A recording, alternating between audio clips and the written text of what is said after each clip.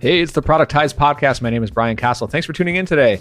You're going to hear my conversation with Ryan Kulp. This was a good one. Interesting talk that I had with Ryan. I kind of stumbled upon his stuff when I was Googling the other day as I'm trying to learn to code this year and learn to code my own products.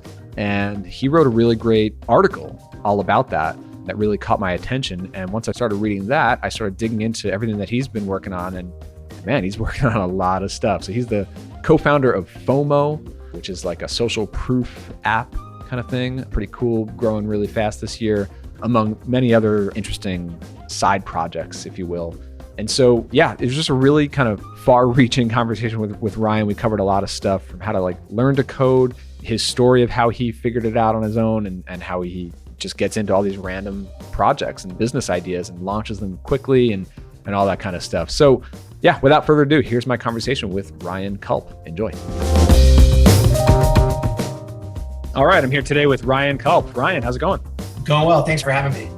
Yeah, great to connect with you. I was just telling you, right before this recording, I just, it was one of those things. I stumbled across you on the internet a couple of weeks ago. I was Googling, about how to learn to code, learning to code my own software products. You wrote a really great blog post on that. I think you titled it "The Best Post Ever Written on Learning to Code." And it was one of the best ones I've read. So I was like, all right, I gotta contact this guy, because after I read that, I started digging into everything else that you're working on, from music to running, it looks like 1,000 different tech startups to blogging and all this different stuff. And you've got like a private equity firm. All right, we got to figure all this stuff out here. So why don't you tell me, how do you describe, what are you working on today? Sure. Well, when I go to events, I usually just say I drink iced coffee and hang out, because that's really what I aspire to do. And all the stuff that I actually do is just me figuring out a way to get to that point. So, day to day, I wake up, I've been reading books in the morning for the last few months. That really helps, because otherwise my tasks or the things that are expected of me, because I've overcommitted myself for the past 5 years, are pretty numerous. And so my main jam, I should say, I could call it my day job. I'm the founder of Fomo, and Fomo is a SaaS marketing tool. We work mostly with e-commerce companies, and we help them increase their conversions. So it's a conversion rate optimization platform. And we're going a lot of different directions with that this quarter and this summer with the new ad network and some other things. But that's really my main thing. I don't want to use the phrase "it's my baby," but that's, if I had to say, what am I up to? What am I hacking on? It's Fomo. But then, kind of nights and weekends, lunch breaks, while I'm walking home from the gym, etc., I have a few side projects that do anywhere from a few hundred to a few thousand to $22,000 a month in recurring revenue. They're also SaaS products, sometimes marketing, sometimes related to flowers. There's an e-commerce store in there that sells kids' toys, kind of all across the board. And so it's been really interesting over the last year that I've been doing, I guess, kind of multiple things at once, is trying to always take a step back and look for the patterns and the common denominators between marketing and growth, and how to think about leadership and funding and bootstrapping versus, what could you do with external capital, and trying to put it all together and make it fit into this square or round peg hole, given that I'm doing multiple things and they all need their own special care. But how can I be both prescriptive but also use frameworks and mental models to grow this? And so that's kind of been the crux of what I've been doing day to day. And mostly what that looks like is, I'd say 30-40% coding, 20-30% marketing, 20-30% sales, and then kind of, working with my team and customer support is kind of my day to day. Just about 7 days a week, hopefully not forever, but probably for the next year or two, until we get some of these things, more off the ground. Yeah, very cool. I mean, I just looking at what you put out there through your website and all these different projects, what struck me is I've always been fascinated with people who are growing like a portfolio, a number of different businesses, mostly bootstrapped, throwing a lot of stuff out there and actually running a lot of stuff at the same time, because there are so many people out there who just focus on one big thing for 5 years, at a time, before moving on to something else. And I've always been someone who, has my hands in a couple of different things. And so I think that's really interesting. We'll definitely dig into that. I'm curious, so you mentioned that you have a team working with you, but you're working on a lot of nights and weekends, kind of solo projects. Out of between Fomo, are you the solo founder of Fomo, or do you have partners or a team on that, or how does that work out? Sort of. Operationally, yes. I'm the sole founder. Fomo started because we acquired a Shopify app called Notify in early 2016. And I did that acquisition with my buddy, Justin Mayers, and he's very busy with some other stuff. And so end of 2016, we kind of said, hey, you focus on those other businesses. I'm going to focus on FOMO. And now we're still just great friends. We hang out, we drink, we do sushi, that kind of thing. And obviously we talk shop about how we can help each other. But day to day, I'm the acting founder, and both of us are still incentivized, on the back end. And then our team is around 11 or 12. We just hired 2 new full-time folks, building our first business team, actually. So right now, up until, I guess, 2 weeks ago, the entire team was all engineers and our designer, who as well is a developer. And that was great. Even our 2 support folks are support engineers, right? So they're pushing code, hacking, doing customizations for clients. We felt that was really important. But I was the only kind of guy on the business team, if you even want to call it that. And that's with maybe, 20, 30% of my time that I could do businessy things, right? Because as founder, you're doing a lot of stuff like, accounting and looking at spreadsheets and just stuff that doesn't seem to have anything to do with your company's vision. And so now we have a marketing and a salesperson coming on board beginning mid-May, and really looking forward to that, to see what that can do to our growth and maybe my day-to-day stress levels. But so acting founder of FOMO, and pretty much the same with some of these other projects. It's pretty much just me on a couple of them. My fiance is also involved on a couple of them. And then we have some other ad hoc teams on a couple of them. So I don't know, a little messy maybe, but it all makes sense in my head. I like it. All right. So, today we're definitely going to dive into how you go about, or why you bought that business and some of the other things that you picked up. We'll talk a little bit more about FOMO itself. That seems to be like your main focus. But I want to start off just where I found you, which was learning to code, right? What resonated with me about that post was that it sounded like you come from somewhat of a similar background as I do, or you come at the goal of learning to code from the same standpoint that I do, which is like, it sounded like you wanted to build your own products, not like you want to learn to code to get a job as a developer or something like that. You don't want to become the most technically advanced programmer in the world. It's a means to an end, right? Can you talk a bit about that? Like, what led you to decide, okay, it's time to actually teach myself to code a software app from start to finish?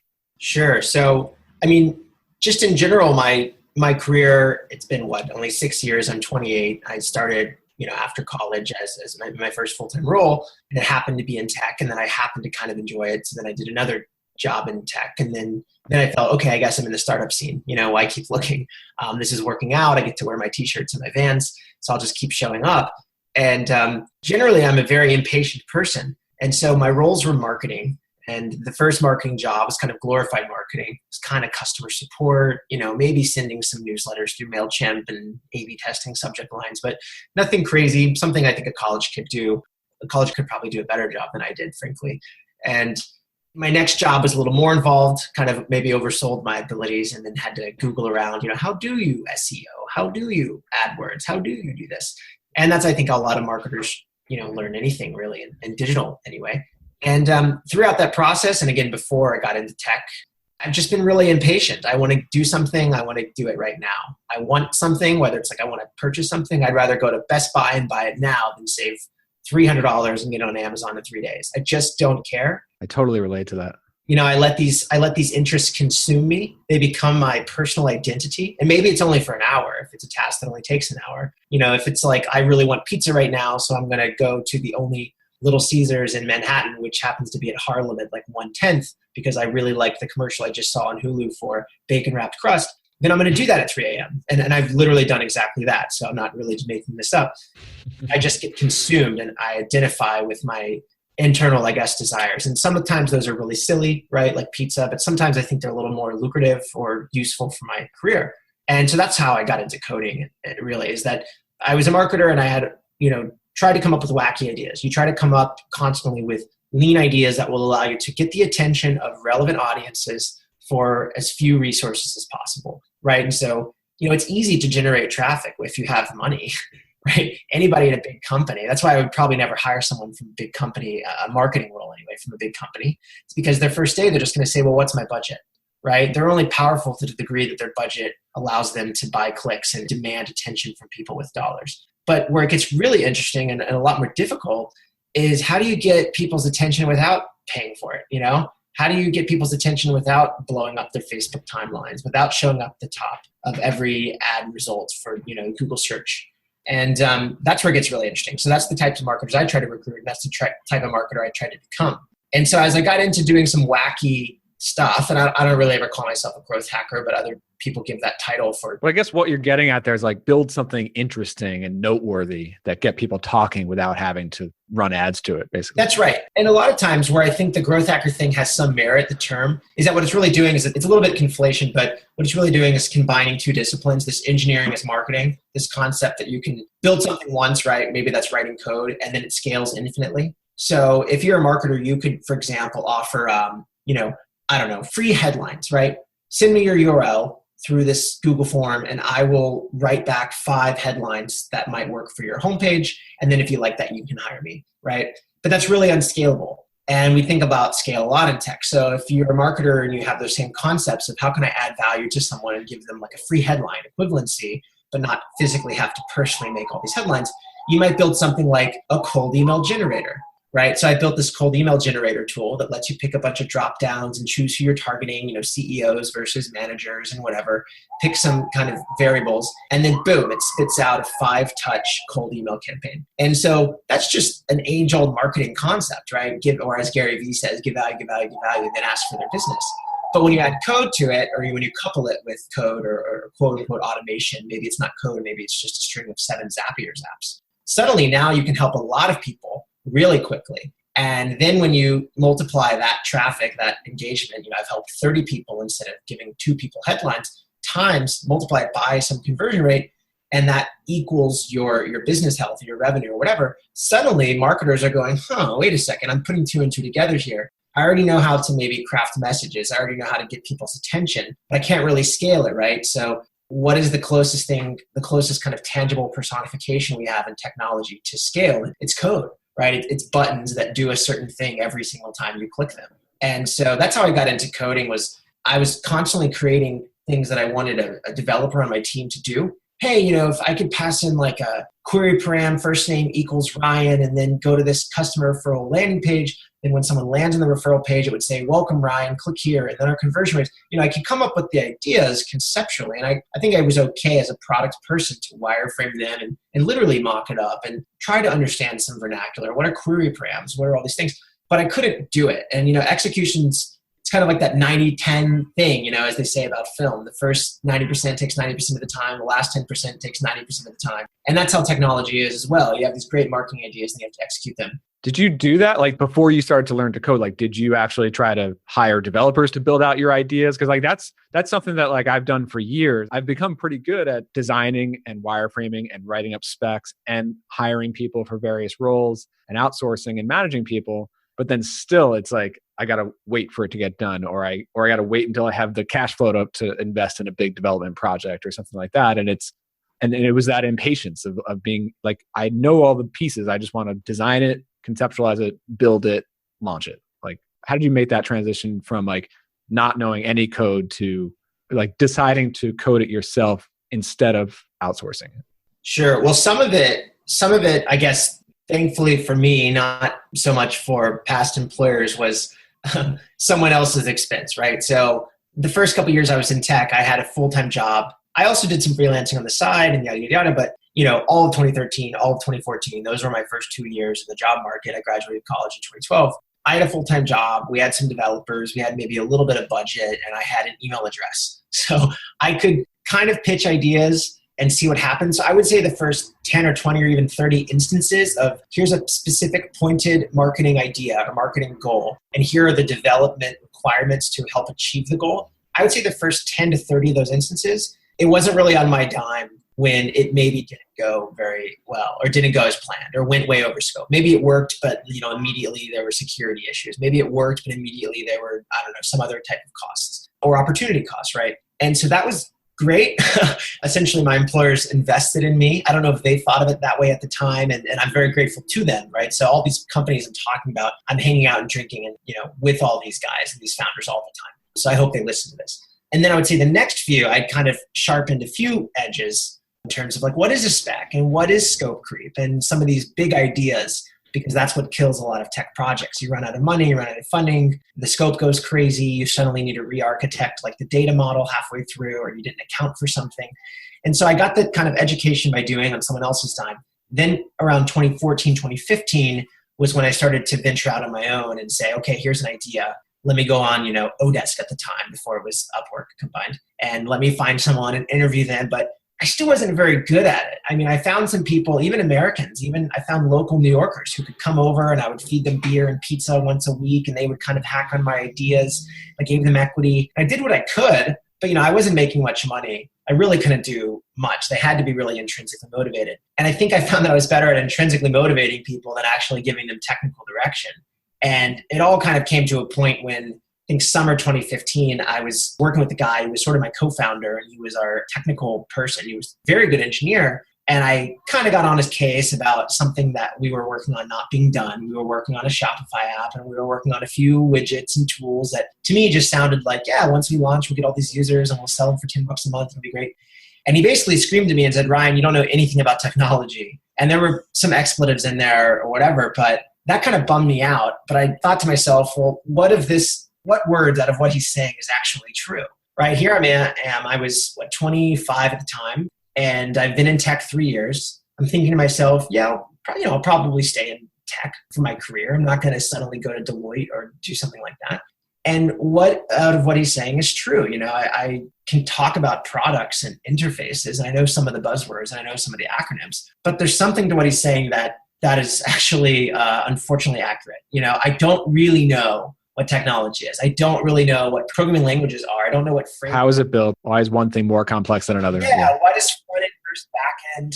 I don't know these things, and it got hazy, and it felt a little bit maybe insecure, a little bit inadequate, more just as a personal thing, not towards my colleagues, but just, man, if I'm going to stake a claim in this industry for 40 years, and if I want to do something important, even mildly important, I have to know what I'm talking about. And so that was when, end of 2015, I packed everything, which was like a book bag, and I went to Thailand for a while and kind of dedicated myself to learning to code. It wasn't just learning to code. You actually went out and lived somewhere else. Was that, obviously it's to travel and everything, but was it also like living expense to like kind of dedicate yourself to like learning mode for a little while? And what were your first steps to start to learn to code? Where'd you go first? Well, the motivations and the logistics were all of the above. I've been living in New York since 2013, and it's pretty expensive here. I didn't really want to work full time and try to learn to code because I'd kind of done that before. I had done like a couple nights and weekends. Let me go in Codecademy and I'll do an hour a day and I'll do 2 hours a day. And 2 days later, you're learning how to iterate through an array of grocery items. And you're saying, why the hell am I learning how to iterate through an array of grocery items? And it doesn't looping and all these things, they don't make any sense. And so, so the Thailand thing was really nice because I was able to Airbnb my apartment. And I think I made like $6,700 that month for the first month while I was gone, Airbnb the apartment. My rent was like $2,100. Meanwhile, my apartment in Thailand was $310 all inclusive. So that's cable, electric, all the furniture. It's in a high rise, kind of a joke. And then meals are $2 to $5. So you're able to actually, make a profit by not working if you do this kind of currency speculation hack. And so that was what I did, was to relieve myself of distractions and also just not have friends. It was the first time in my life I'd ever done something solo. I'd never traveled alone. I'd never been without people who spoke English for more than a day or two, or even if I had, it was like going with 5 friends to Mexico or something. Yeah, Thailand is particularly tough. There's really very little English speaking there. Yeah, and so I just didn't speak. How long were you there? I was only there 35, 40 days. Yeah, I didn't really do anything cool. I didn't see anything interesting. I took like 3 photos on Instagram and then I deleted my Instagram account. So, I have nothing to show for it other than everything, right? My whole life changed from that trip, even though I don't recall anything specific about the Thailand experience. But it just, gave me the time, peace of mind to go heads down and get over that learning curve. That is kind of what I try to write about and talk about on my blog and elsewhere is there's a learning curve to programming like anything else. But for some reason, whether it's programming or I think guitar is also another contender for this, people give up when they're just so close to getting over that hump. And then they make the mistake that they can't do it. And that's kind of heartbreaking to me. And so any way I can communicate the message that that's not the case, I do. Yeah. So what were the first kind of things that you really dove into in terms of code? You talked about like things like Codecademy and taking some like basic tutorials and stuff. But like, what was like the tech stack that you decided like I'm going to learn Rails or I'm going to learn this or that? Like, what was that? That I think that's also a really hard part with starting, knowing what to do first, what languages, what frameworks. If you go on Quora, which was a place I frequented a lot back then, the answers are just so contradictory. And they're from all really smart people. So then you realize, wow, well, all advice is true. And I'm actually publishing a post after our chat today about how all startup advice is true. I'm calling it the advice paradox, Someone can say you should be lean and ship things immediately, and it can be embarrassing. And then someone else has a really great reason why you should stay stealth. And so the same applies to learning to code. And so what it's really about is, in a more meta sense, learning how to learn. And so I spent the first easily 5 to 7 days in Thailand just Googling, coding boot camps, physical boot camps, online boot camps, alternative to Codecademy, alternative to, Lynda, alternative to Treehouse. And I did a little bit on all of those platforms. None really gave me enough direction. And then I found this company called Tea Leaf, and they're now called Launch School, launchschool.com. And Tea Leaf had just I don't remember exactly what their homepage said, but it basically communicated this idea that they didn't talk about programming languages, that's for sure. They didn't talk about like Ruby or Rails or, whatever. They just said, hey, we're going to learn the hard way. We're going to learn the slow way. And we're going to learn things that don't change. And all these things were so antithetical to the lingo and the verbiage and the marketing speak, that was on all of the other programming boot camps. And I thought, this is really interesting. Whatever they do, I don't really know. They might be teaching us basic, or COBOL or something, but I have to learn more. So I got involved with them, joined their course. At the time, it was like $300 flat. You just downloaded a bunch of videos and that was it. And now they've changed it to a SaaS model and all of that. I'm still actually a customer. I still pay every month for Launch School, and I log in a few times a month. I'm still not even a graduate. I actually just started Rails about a month and a half ago. And so, that was kind of how I got into it. And really just that times, as they say in Shawshank Redemption, it's geology is the study of time and pressure, just time and pressure. And I think that's what it's like learning to code. You have to block out huge amounts of time, at least 4 hours plus at any given sit down, to learn maybe a single concept. But if you do that, and if you can have a couple of those sit downs a day for a couple months, explosive things happen. And I found that multiple times a day, my brain was just blinking with aha moments of something from, let's say, 5 days ago. Oh, that's, and it was also not just something from a few days ago, but it was something that maybe had puzzled me for like the prior 2 years in tech. Like, oh, that's what a JSON response is from an API request. Just the most basic things. Like you hear people say these things all the time. And it's like, all right, now I actually get why that works that way. Yeah.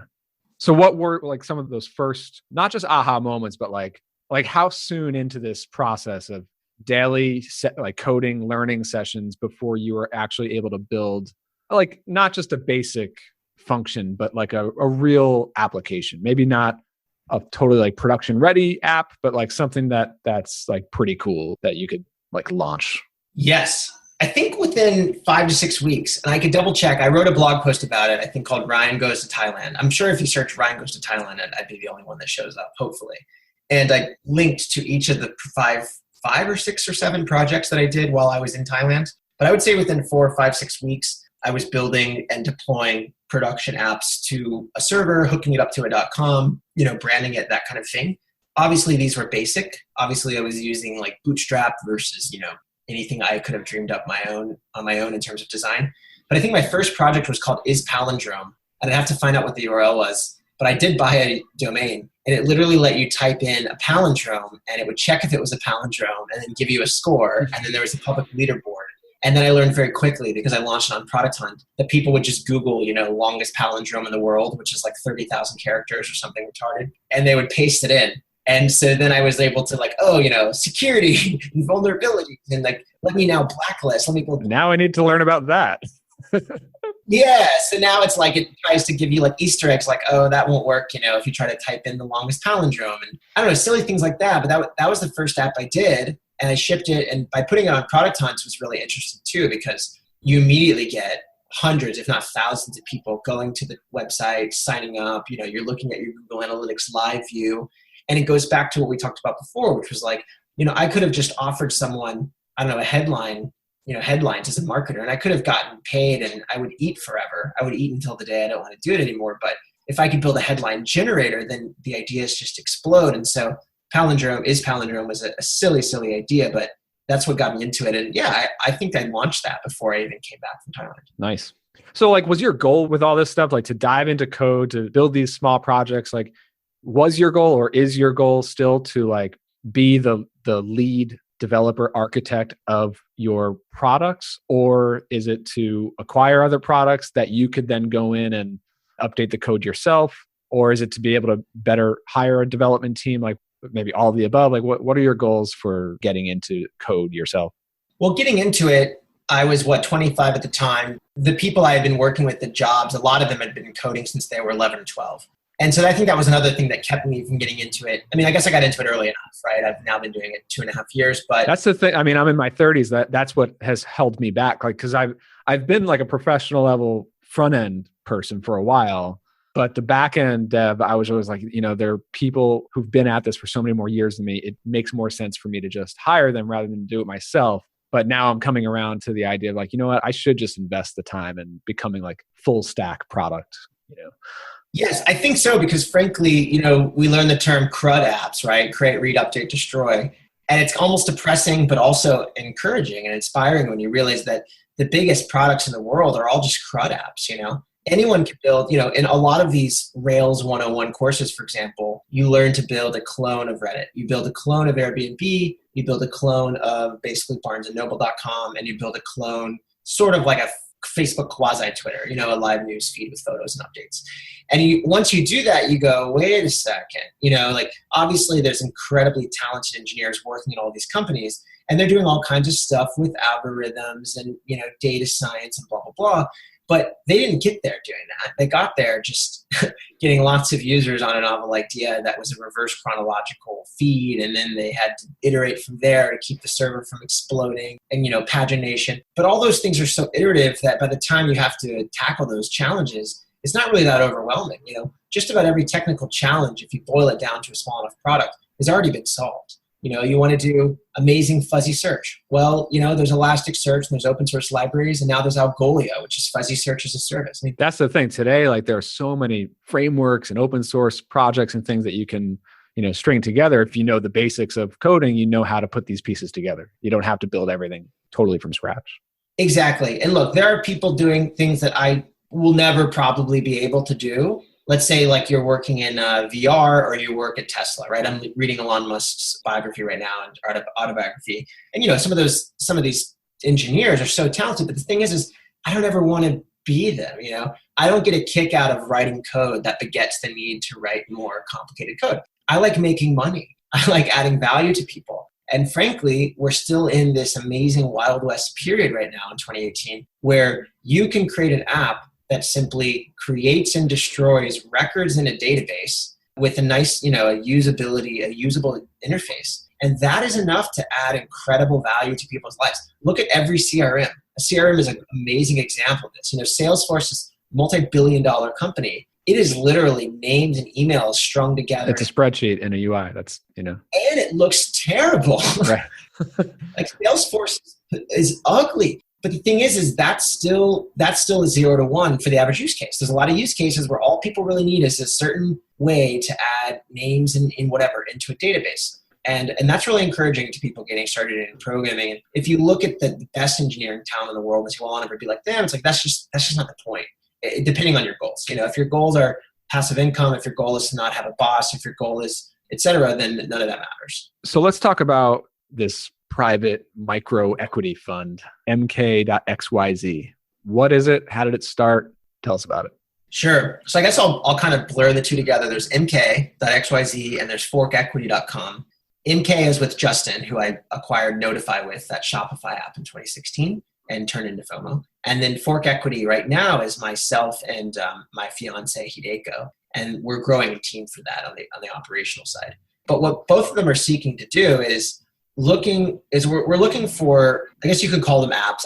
I typically don't like to use the word app because it seems kind of minimizing to a founder's vision and what they're going for. App just seems so small, but we look for platforms and tools that aren't venture fundable and that probably aren't going to be scooped up by, HubSpot or something anytime soon, right? They're not building something that's proprietary enough or dangerous enough to piss off or scare a company like Google into buying them. And they're also not attacking a big enough, I won't say attacking, these lame business words, but they're also not approaching a big enough market where venture capitalists say, yeah, sure, I'll believe your spreadsheet that shows that at month 36, you're worth $1 billion. So they're stuck between a rock and a hard place. And that's actually why we named Fork, because it's for founders at a fork in the road.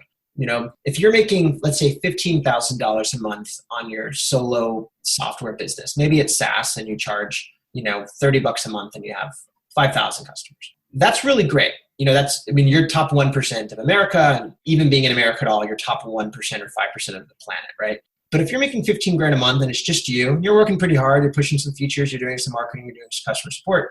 If you want to grow that, and let's assume that you've hit some sort of plateau, you've got things that work for you, you're growing maybe linearly single digits, but you also have churn that's in the single digits. So pretty much you're like 15K, and in 3 months you might be 16,000. There's a lot of companies like that, a lot of companies. They're supporting families, they're doing great. And as far as I'm concerned, the founders of those companies are winning in every way.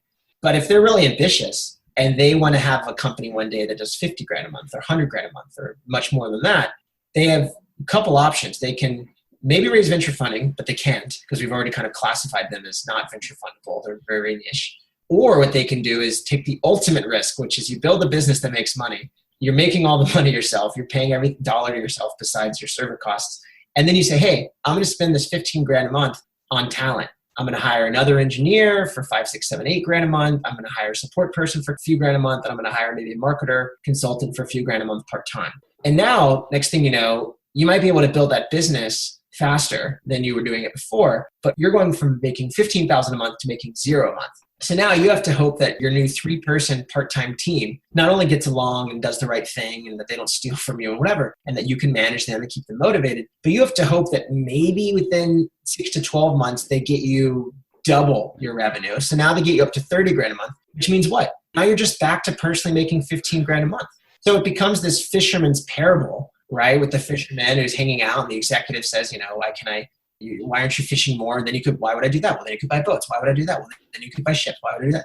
So then you could retire and fish on the sea. Right. Well, I'm already doing that. And I think a lot of founders are stuck in that parable. Absolutely. So like founders who go from 0 to 10, 15, 20K a month, what I found was there's a huge market of buyers who are looking for that. Yep.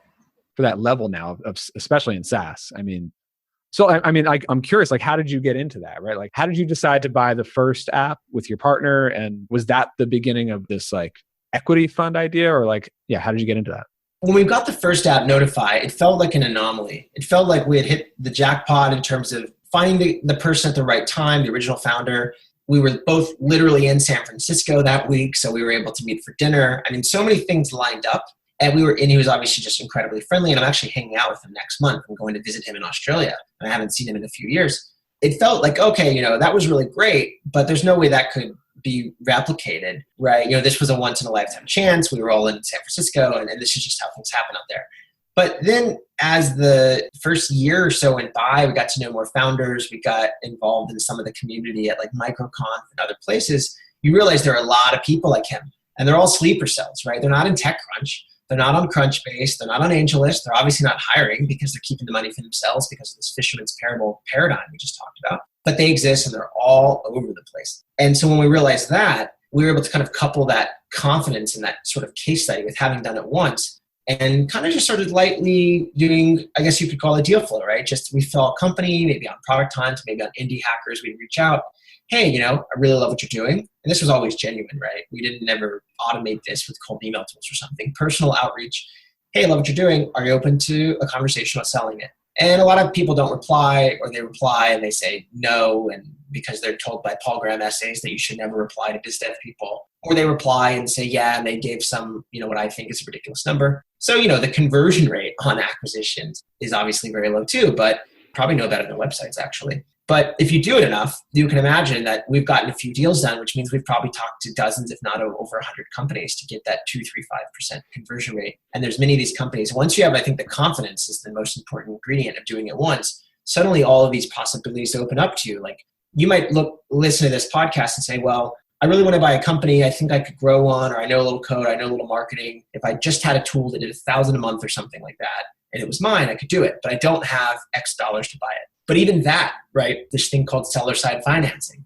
Yeah, so that was going to be my next question. Like, how do you think about financing, especially for your first deal or two?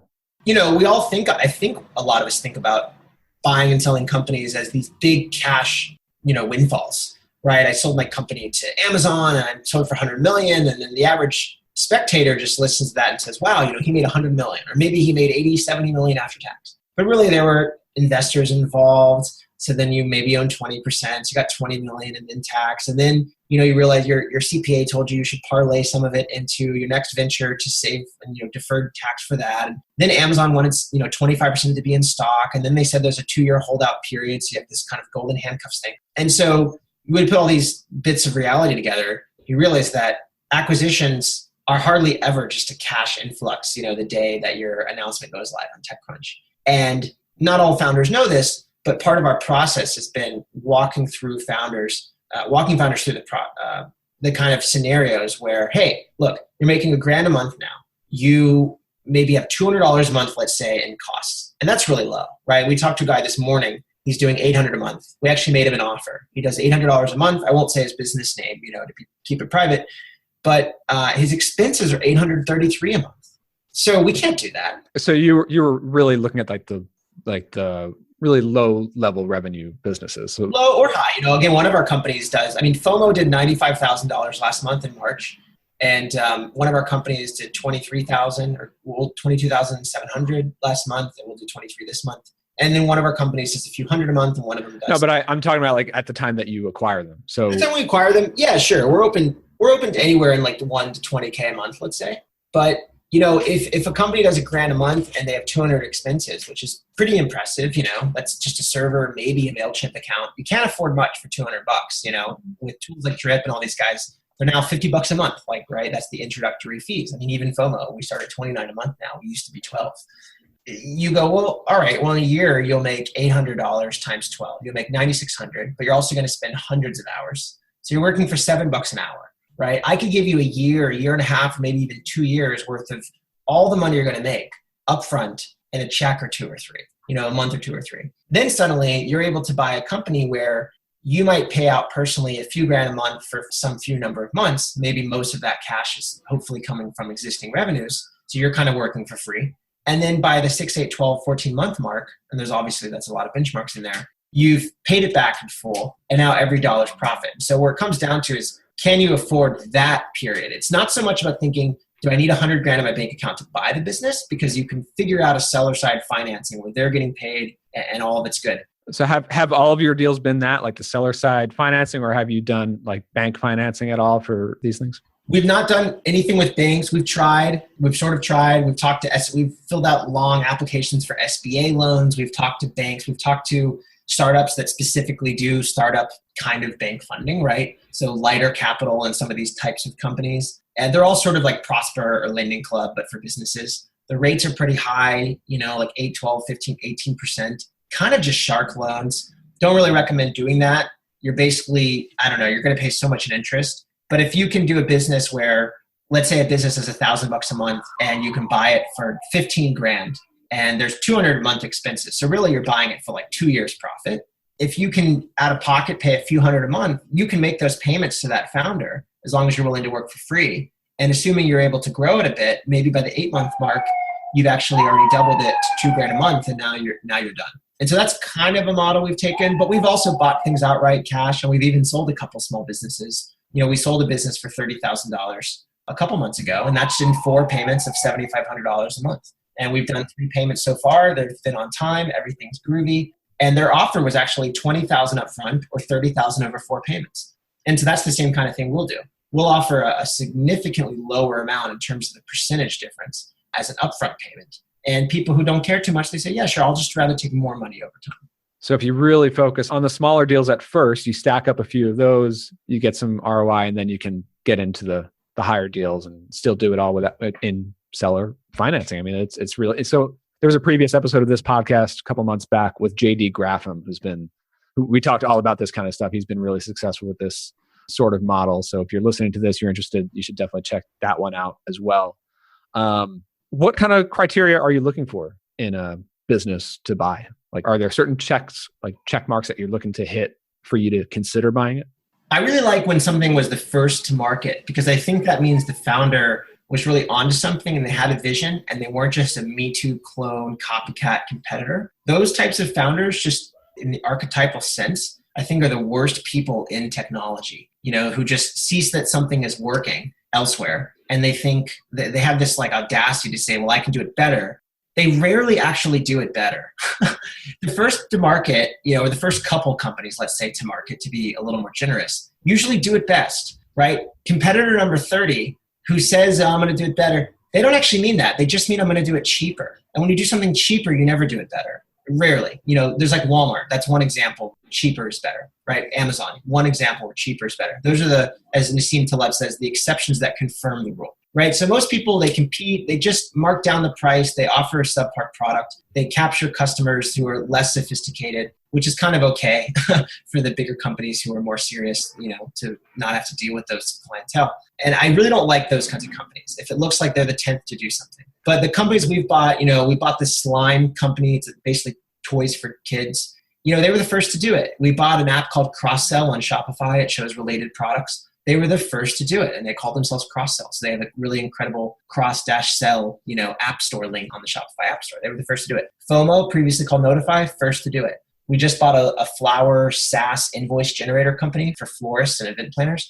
They were the first to do it, launched in 2013. So when that is present, that criteria, I already think, well, this founder's onto something. And the reason why this could be a really symbiotic relationship for us to kind of work together and take the business over from them is that they just hit a growth plateau, right? They had the vision, they had the idea, they might have had some great features, maybe the design's not, as modern, et cetera. All that can be fixed very easily with HTML and CSS. What can't be fixed is being first. What can't be fixed is customer and market perception. What can't be easily fixed is ranking on Google because Google trusts you because you were the first to show up in 2013 search results. So that's something we look for. And then we look for even minutia or small things like the tech stack.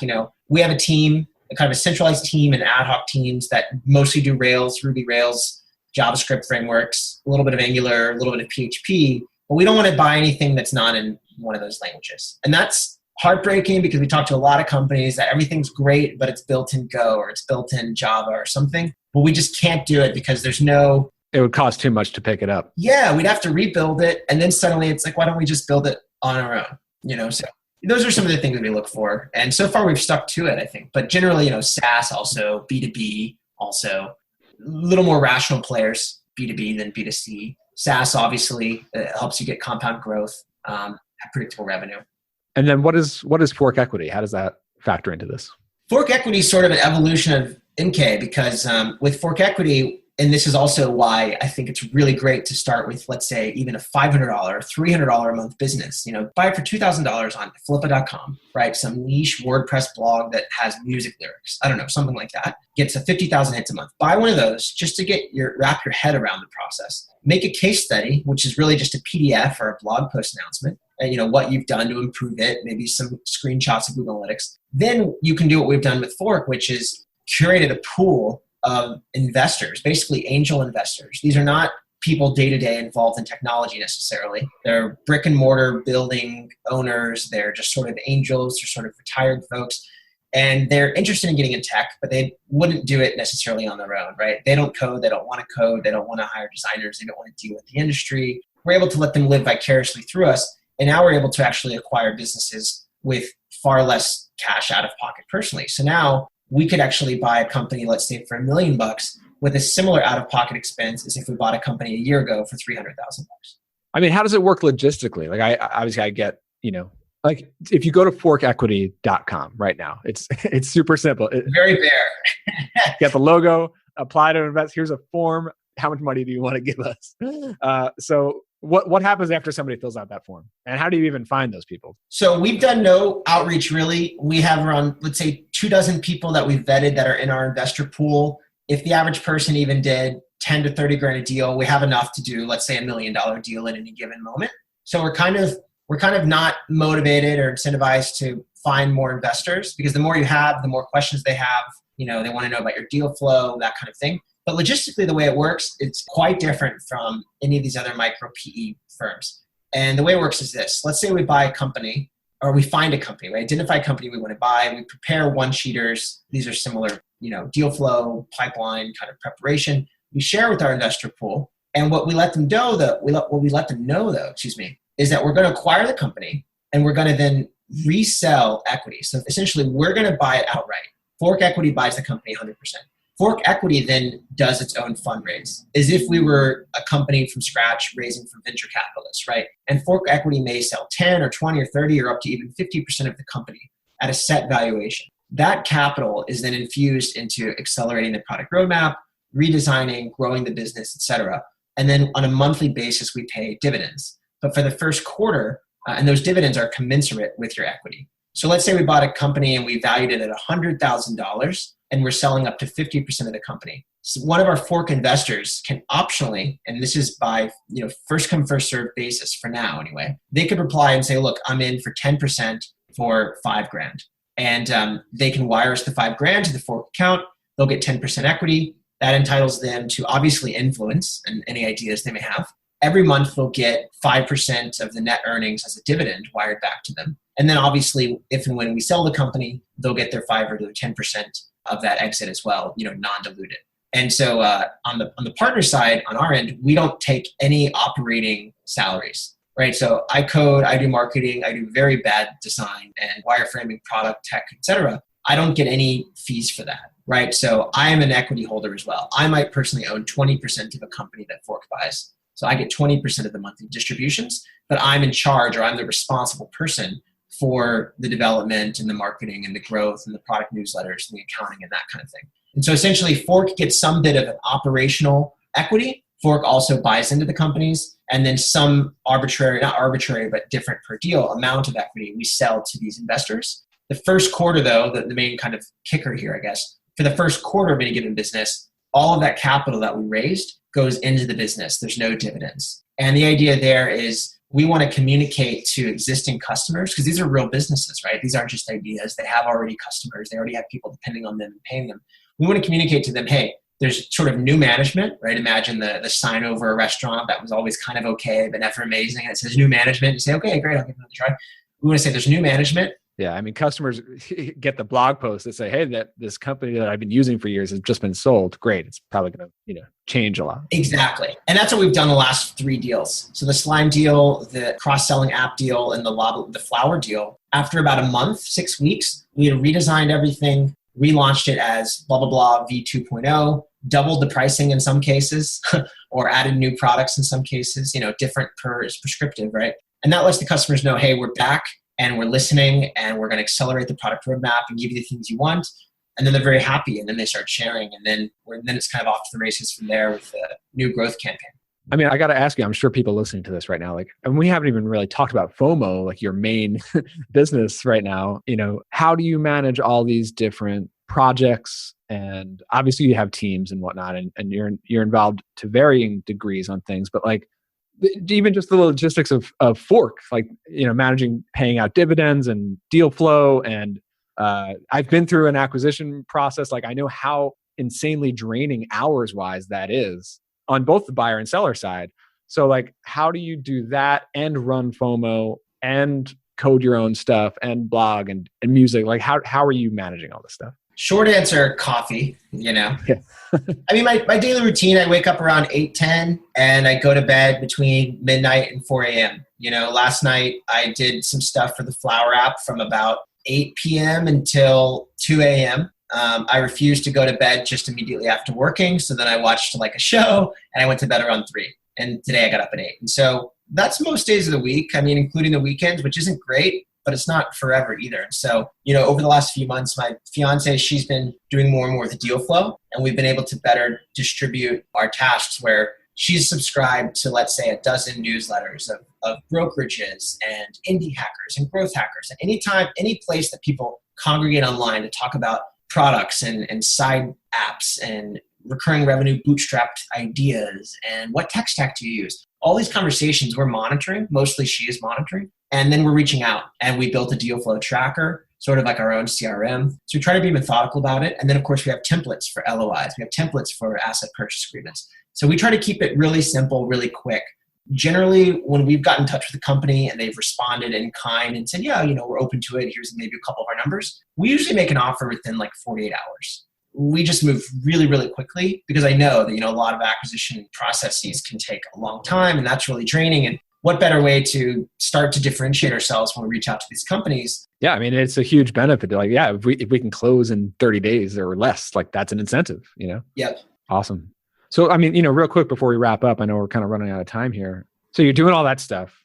What about FOMO? Like what's going on with FOMO? That seems to be like the most significant business that you're running today. I mean, is that right? Definitely. And yeah, it's kind of funny we didn't chat about it. I mean, I'm excited about all the stuff I work on or I wouldn't do it. And I've lost several friends because they were not those types of things that I was excited about. So I got them out of my life. And now I'm trying to do that with more and more items, whether it's something like laundry. I really don't like doing laundry. How do I get it in my life? Or something like a book I'm halfway through and let me just accept this on cost and stop reading it because I want it out of my life. So I'm very excited about these 3-4 things we're working on. But FOMO is what I'm most excited about. In particular, we just launched an ad network a few weeks ago. And it's called Fomo Publishers. And essentially what we're doing is it's a new ad medium. It's a new ad point of view. It's a new ad billing model. There's a few things that are differentiating about it. But at the most critical point of it all, we're creating ads with live customer data merged into them, which has not really been done. Yeah. So, I mean, first of all, my understanding of just the core FOMO product is it's kind of like that social proof thing where you're on a website, maybe it's like an e-commerce or whatever. And you see the little pop-up on the bottom corner, like, hey, so-and-so just bought this, so-and-so just bought it, so-and-so just subscribed. And like, it's, yes. It pops up. And so that's the core of FOMO. So how are you spinning that into the new platform? Definitely. So what we learned was that, look, social proof has been around long before we have, right? Corner stores and restaurants have known this since the beginning. Restaurants grow exclusively through social proof, right? You open up, you put an interesting sign or logo outside, people come to try you out because they are the early adopters or innovators. But ultimately, you reach that early and late majority and that recurring audience by those early adopters and innovators sharing you, by them enjoying your food and your service and saying, yeah, that was good. I'll go back or I'll tell my friends. So restaurants grow exclusively through social proof. But websites kind of brush it aside, and websites just say, well, let me, optimize my ad clicks this week. They don't even think about, they might pay for some off-the-shelf referral program, so that a special link is in your user profile. But otherwise, they don't really think about it. And our point of view is that businesses online could actually rely a lot more than they currently do on social proof to grow their audience because, word of mouth and referral marketing is the highest converting channel. And, now with Facebook and Google and all these platforms getting so saturated, cost per click, cost per impression has gone up so much, customer acquisition costs are skyrocketing. You've got to figure out cheaper channels. But the challenge with social proof has always been that it's not very scalable. You can only hope that someone writes you a positive review on Yelp. You can only cross your fingers and hope that they tell a friend.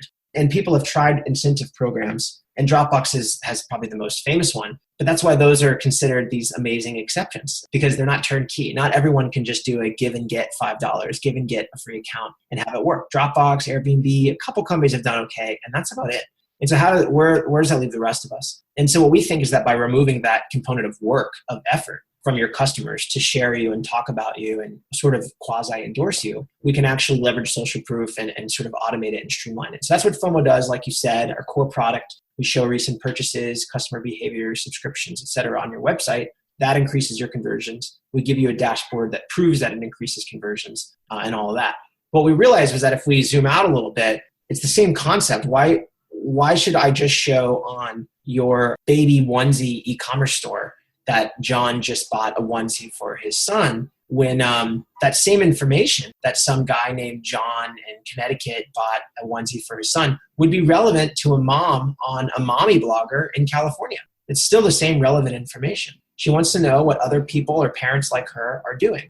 What are they buying? Who do they trust? And so Fomo Publishers basically says, let's extract this technology, these notifications that we show on websites, and put them on other websites that have relevant audiences. So it's mainly for like the bloggers who are maybe like affiliate promoters of products. So like when they're posting like a review about some product on Amazon that they're an affiliate for or Shopify or whatever, then along with their actual review of it, they could actually show real-time purchases. on their site from the other site, basically. That's one use case. So we have some people doing that now.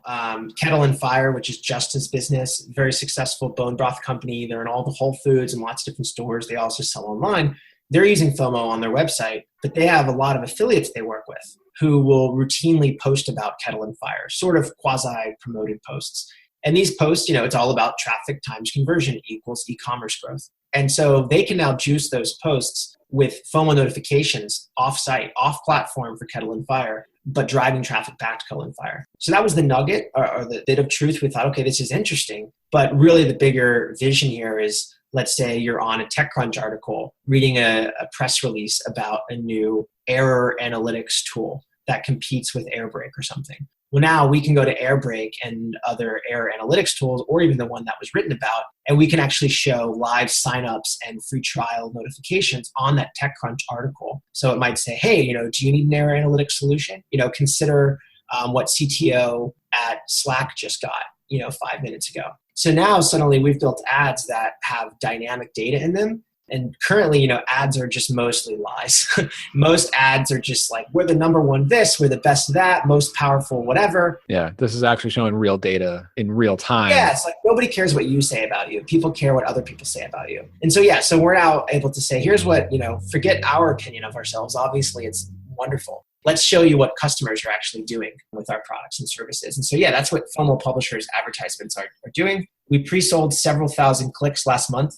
When we launched it, we had an immediately great response. We had to turn that off, and now we're onboarding a bunch of publishers, and we've onboarded a couple more folks on the business team to scale that on the marketplace side.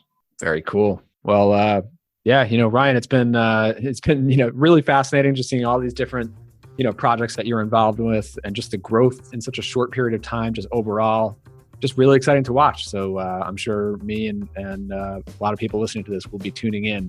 We're going to get all your numerous websites linked up in the show notes here. Of course, ryanckulp.com's your blog. That's where I first kind of stumbled across your awesome post on learning to code. We'll get that linked up. Your mk.xyz holdings, and of course, FOMO at usefomo.com. We'll get these things all linked up. So Ryan, anywhere else people can kind of connect with you? Twitter, troll me.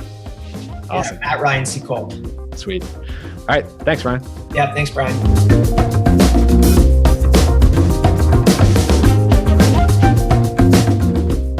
All right. Now, before we wrap up, let me ask you, what did you think of this one? Was it good? You learned something? Are there any other topics you'd like to hear me cover on this pod? Well, let me know. No, I mean, really, let me know. Hit reply on any of the emails that I sent you. I'll read every single one. I try to reply to everyone. What's that? Oh, you're not on my list yet. Okay, well, head over to my site, productizepodcast.com. You can get on my email newsletter that way. I'll send you, new episodes and all the show notes, but I'll also send you my newsletter where I share all sorts of articles and other insights on entrepreneurship, building products, productized services, software, SaaS, and other cool stuff there. So check that out over at productizepodcast.com.